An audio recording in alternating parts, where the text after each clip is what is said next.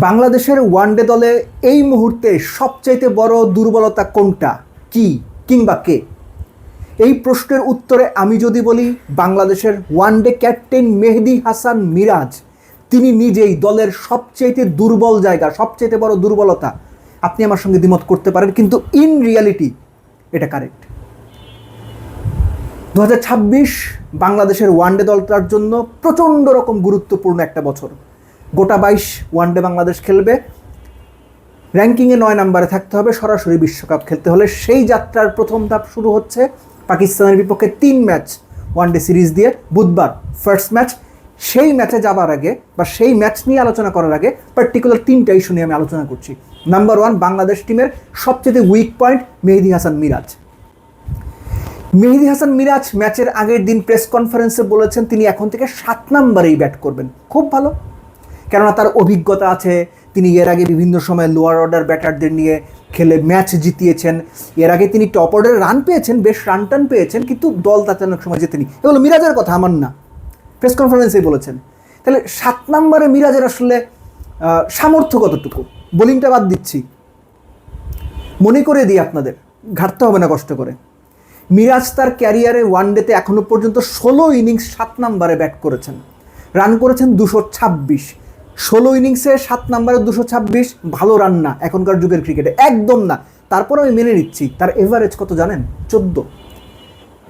বড় টিমের বোলারদের 8-9 নম্বরে ব্যাট করা বোলারদের এভারেজ 14-র উপরে এখনকার যুগে।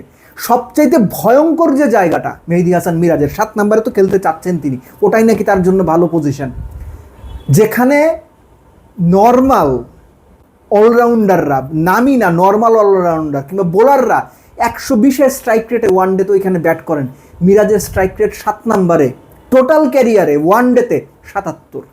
এখন আপনি বুঝে নেন 7 নম্বরে আমাদের আসলে কতটুকু কি পাওয়ার আছে। মিরাজ যদি দারুণ কিছু করে ফেলতে পারেন তাহলে অবশ্যই আমরা বাহবা দেব, অবশ্যই সেটা অ্যাপ্রিসিয়েট করব। কিন্তু 7 নম্বরে মিরাজের যে ট্র্যাক রেকর্ড, ইন্টারন্যাশনাল ওয়ানডেতে 16 ম্যাচে 14 গড়ে 77 স্ট্রাইক রেটে 226 বা 226 বোধ হয় এরকম রান, সেটা ভালো কিছু ইঙ্গিত দেয় না। 7 নম্বর পজিশনে এনি ডে আমি মিরাজের জায়গায় শামীম পাটোয়ারিকে খেলাবো। 7 নম্বর পজিশনে এনি ডে আমি মিরাজের জায়গায় শেখ মাহিদিকে খেলাবো। 7 নম্বর পজিশনে এনি ডে সাদা বলের ক্রিকেটে মেহেদী হাসান মিরাজের জায়গায় আমি তানজিম সাকিবকে খেলাবো, সাইফুদ্দিনকে খেলাবো, নট মিরাজ। আমার সঙ্গে আপনি একমত না হইতে পারেন। 7 নম্বরে নেমে যদি ব্যাটসম্যানের 100 করে ম্যাচ জিতাইতে হয়, ওই ম্যাচ 90% আপনি হেরে গেছেন। 7 নম্বরে যে কাজটা করা দরকার, 10 বলে 18 রান করা, 20 বলে 35 রান করা, 6 বলে 18 রান করা, এইটা করার অ্যাবিলিটি সাইফুদ্দিন, শামীম পাটোয়ারি, রিশাদ, এমনকি তানজিম সাকিব, এই 4 জনেরই মিরাজের চাইতে ভালো। মনে করিয়ে দিই 2019 বিশ্বকাপে বাংলাদেশ দলের সবচেয়ে উইক লিঙ্ক ছিল মাশরাফি বিন মুর্তজা। 8 ম্যাচে 1 উইকেট পেয়েছিলেন, ক্যাপ্টেন ছিলেন। দলের ভরাডুবির অন্যতম একটা কারণ ছিল মাশরাফি বিন মুর্তজার ওই পারফরমেন্স। 7 নম্বরে কিংবা বাংলাদেশের ওয়ানডে দলে মিরাজের অবস্থা অনেকটাই ওই রকম। 3টা বিষয় নিয়ে আলোচনা করবো বলেছিলাম। নাম্বার 2, লিটন এবং আফিফের পজিশন। আমার মনে হয় লিটনকে আপনারা যেহেতু খুব রং একটা প্রসেস মেনে খুব বাজে একটা উদাহরণ সেট করে দলে ফিরিয়েছেন, তাকে খেলান। অবশ্যই লিটনকে খেলাইতে হবে, কিন্তু কোথায় খেলাবেন? মিডল অর্ডারে, এটা আপনারা বলেছেন। কয় নাম্বারে? লিটন এবং আফিফ এই দুইজনকে আলাদা করে ও4-এ, ও5-এ, ও5-এ, ও6-এ এই হিসাবটা না করাটা বেটার হবে, এটা আমার মতামত। কেন আমি বলছি? সহজ করে জায়গাটা ফ্লেক্সিবল রাখেন। 3-এ নাজমুল শান্ত, 4-এ তাওহিদ হৃদয়। শান্ত আউট হইলে আফিফ যাবে, যদি আপনার তাওহিদ হৃদয় আউট হয় লিটন যাবে। রাইট হ্যান্ড লেফট হ্যান্ড কম্বিনেশনটা ইনট্যাক্ট রাখার জন্য। আর ওপেনিংয়ে আপনারা কি করবেন? তানজিদ তামিম, সৌম্য, সাইফ, কাকে খেলাবেন এটা আপনাদের উপরে, সেখানেও আমি আসছি। সো এই জায়গাটা আমি কেন বলছি?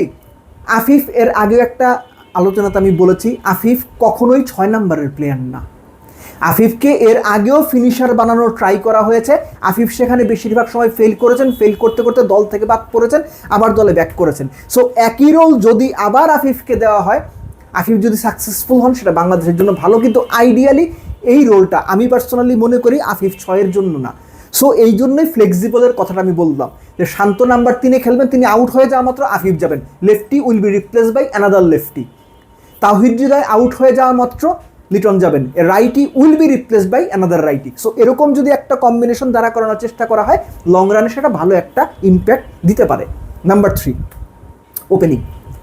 মেহেদী মিরাজ থাকার কারণে ওপেনিংয়ে সৌম্য বা সাইফ সম্ভব হলে 2 জনকেই খেলাইতে হবে। কথাটা এই জন্য বলছি, মিরাজ সাথে মানে কি, আপনার বাকি 4 জন বোলার, এই তো মিরাজ সহ 5 বোলার বাংলাদেশের ওপরের জায়গাতে আপনি যদি তানজিদ তামিমকে খেলান, তাহলে একটা বোলিং অপশন কমে যাচ্ছে। কেননা এই যে 5 বোলার, মিরাজ ধরে নিলাম, ধরেন মিরাজের সঙ্গে রিশাদ, তারপরে ধরেন বাকি 3 পেসার, সেটা যে 3 জনই হোক, একজন যদি খারাপ করে ফেলেন, 2 জন যদি খারাপ করে ফেলেন, বাংলাদেশের অপশন কিন্তু কম। আফিফ বল করেন কিন্তু সেভাবে নিয়মিত বল তিনি করেন না, সেই তুলনায় Saif is a better off spinner. Saif নিয়মিত বল করেন। সৌম্য দলে থাকলে ওই ব্যালেন্সটা থাকে যে সৌম্যকে দিয়ে চাইলে আপনি 4-5 ওভার অনায়াসে তার মিডিয়াম পেসটা কাজে লাগাতে পারবেন, যদি সেটা উইকেট অনুযায়ী হয়। সো আমার মনে হয় যে ওই ওপেনিংয়ের জায়গাতেও কাকে খেলাবেন, বোলিং অপশনটা মাথায় রাখা হবে কিনা, এটা একটা গুরুত্বপূর্ণ পার্ট। সো এই 3টা জিনিসই মূলত আলোচনা করার ছিল পাকিস্তানের বিপক্ষে ফার্স্ট ম্যাচ। একটা কথা এর আগে একটা আলোচনাতে বলেছিলাম আমি যে উইকেটটাতে খেলা হবে, এই উইকেটটা টিপিক্যাল মিরপুরের উইকেট না। It's a very good sign যে উইকেটের ধরন বদলাচ্ছে, আমরা বেটার উইকেটে খেলার দিকে যাচ্ছি। যদি সত্যিকার অর্থে ওই বেটার উইকেট হয়, ভালো উইকেট যদি হয়, বাংলাদেশের ওই 300 রান করার মাইন্ডসেট নিয়ে নামা লাগবে এবং একই সঙ্গে 300 চেস করতে হইতে পারে, এইটাও চিন্তা ভাবনা করতে হবে। আর যদি দেখা যায় যে কাজের সময় ওই একই আগের মিরপুরের উইকেট, তাইলে ভাই কোনো কিছু করার নেই, যে কোনো কিছুই হইতে পারে। বাট বাংলাদেশের মনে রাখা জরুরি, এই দলটা মেহেদী মিরাজের নেতৃত্বে 13 ওয়ানডেতে মোটে 3টা ম্যাচ জিতছে। 13 ওয়ানডেতে মোটে 3টা ম্যাচ জিতছে।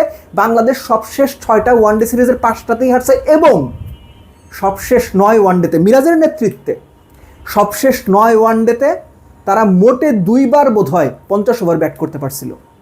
এখন আপনি হিসাব করে দেখেন বাংলাদেশ ওয়ানডেদের অবস্থা কি।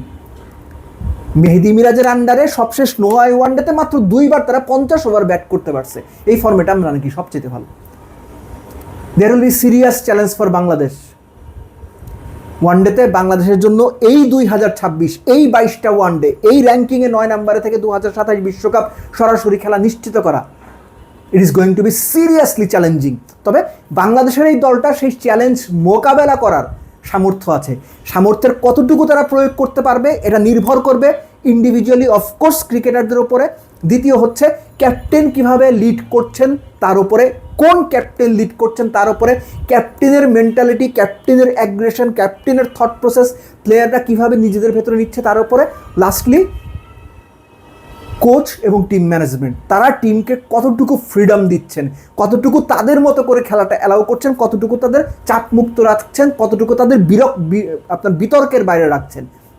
এই বিষয়গুলো মিলেও নির্ভর করবে এই 2022 ওয়ানডেতে বাংলাদেশের জন্য ঠিক কেমন যায়। আশা করব বাংলাদেশ 2022-এ যে 22টা ওয়ানডে, 2022 বলছি 2026-এ যে 22টা ওয়ানডে আছে, এই 22টা ওয়ানডেতে দুর্দান্ত পারফর্ম করে 2027 বিশ্বকাপ খুব কমান্ডিং পজিশনে থেকে নিশ্চিত করবে। Good luck Bangladesh.